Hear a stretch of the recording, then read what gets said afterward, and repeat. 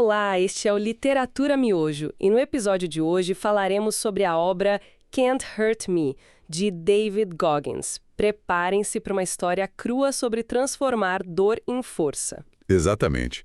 É uma autobiografia, assim, brutal mesmo, não esconde nada, sabe? Violência, racismo, pobreza extrema. E o Goggins argumenta que foi justamente atravessando tudo isso que ele forjou uma mentalidade capaz de feitos incríveis. Navy SEAL, ultramaratonista. A missão aqui é tentar entender como ele propõe que a gente use as nossas próprias adversidades. Nossa, começa bem pesado, né? A infância dele parece um pesadelo. Marcada pela violência do pai, o Tranis, por trás daquela fachada de dono de pista de patinação. Sim. E Goggins descreve isso com muitos detalhes. Um regime de trabalho forçado desde os 6 anos de idade. Abuso constante, físico e psicológico. Contra ele e a mãe, a Jack.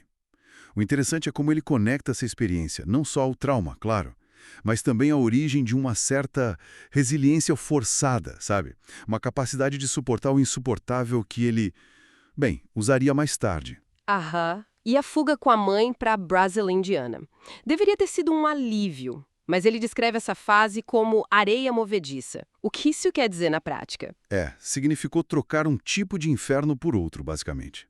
Saíram da violência doméstica direta, mas caíram na pobreza extrema, dependência de assistência social. E um racismo, assim, sufocante na nova cidade. Isso gerou o que ele chama de estresse tóxico.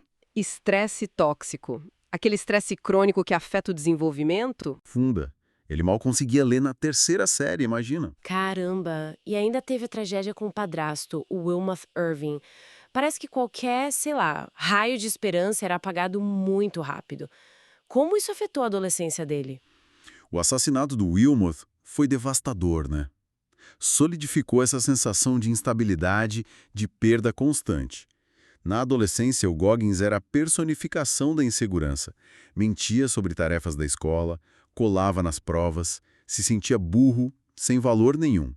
E a falha é assim retumbante no ASVAB, o teste vocacional militar. Ah, o ASVAB. Pois é. Aquilo pareceu confirmar toda essa autoimagem negativa que ele tinha. E aí vem o famoso espelho da responsabilidade. Parece até clichê de filme, né? Mas como ele descreve esse momento? Foi tipo uma virada instantânea. Olha, ele descreve como um confronto brutal consigo mesmo. Literalmente se olhar no espelho, ver o próprio reflexo, acima do peso, sem futuro, odiando quem tinha se tornado. E aí ele decide parar de culpar o passado, o pai, o racismo, tudo. Assumiu, tipo, 100% da responsabilidade pela própria vida. Uau! Não foi mágico, claro. A mudança exigiu um esforço colossal. Mas a decisão, sabe? A decisão de parar de ser vítima foi o catalisador. É um insight poderoso, essa ideia da responsabilidade radical como o primeiro passo para sair do fundo do poço. Mas essa decisão não levou ele direto para o sucesso, certo? Teve aquela tentativa frustrada na Força Aérea. Exato, bem lembrado. Ele entrou no treinamento para Rescue, super difícil também, mas existiu. E ele admite que usou a descoberta do traço falciforme. Aham, aquela condição genética no sangue. Essa mesma, que pode causar problemas sob esforço extremo, principalmente na água. Ele usou isso como uma desculpa médica conveniente para fugir do medo, do desconforto. Ele mesmo fala que foi covardia. Depois disso, ele mergulhou num período de apatia total, trabalhando como exterminador de pragas, odiando a vida e chegando a pesar quase 136 quilos. Bem no fundo do poço mesmo. Nossa Senhora! E o que tirou ele disso pela segunda vez? Ver um documentário sobre os Navy SEALs parece um gatilho quase banal para uma transformação tão radical? Pode parecer banal, né? Mas para ele, para o Goggins, foi a visão do desafio mais extremo que ele conseguia imaginar. Foi a faísca que ele precisava. E a transformação foi, assim, insana. Perder quase 50 quilos em menos de 3 meses, treinando de forma obsessiva dolorosa. 50 quilos em 3 meses? Meu Deus! Pois é, e o treinamento BUD/S, a seleção brutal para os Navy SEALs, foi a prova de fogo definitiva. Ele teve que passar pela Hell Week. A famosa Hell Week. A famosa Hell Week. Uma semana de privação de sono, tortura física e mental. Ele passou por ela 3 vezes no mesmo ano, 3 vezes? Como assim? por causa de lesões graves.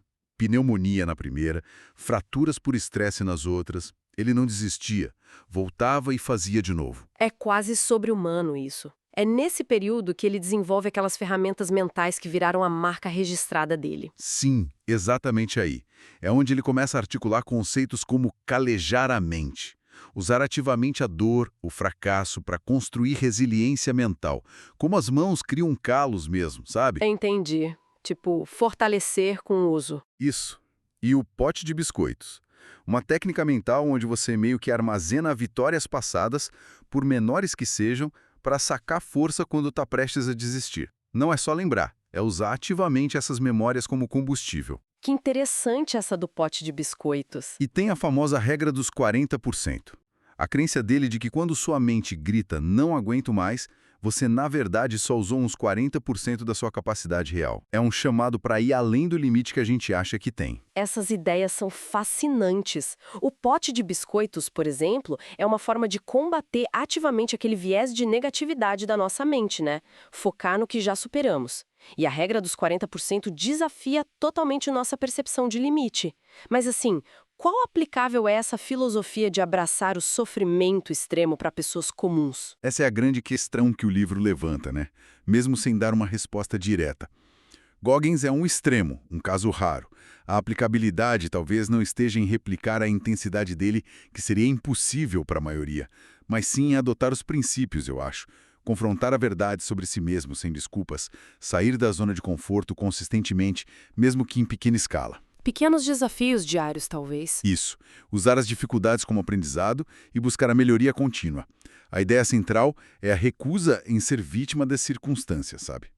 É tomar as rédeas. Então, a mensagem principal não é necessariamente se tornar um superatleta, um Navy SEAL, mas sim assumir o controle e buscar o crescimento pessoal. Não importa o ponto de partida. Fica uma ideia para refletir. Será que a gente superestima demais o conforto e subestima nossa capacidade de lidar com a diversidade controlada como ferramenta de crescimento? Obrigado por acompanhar o Literatura Miojo. Curtiu? Então procure a obra original. A literatura te espera sem pressa, mas com prazer. Todos os dias, às 10 horas, um novo episódio.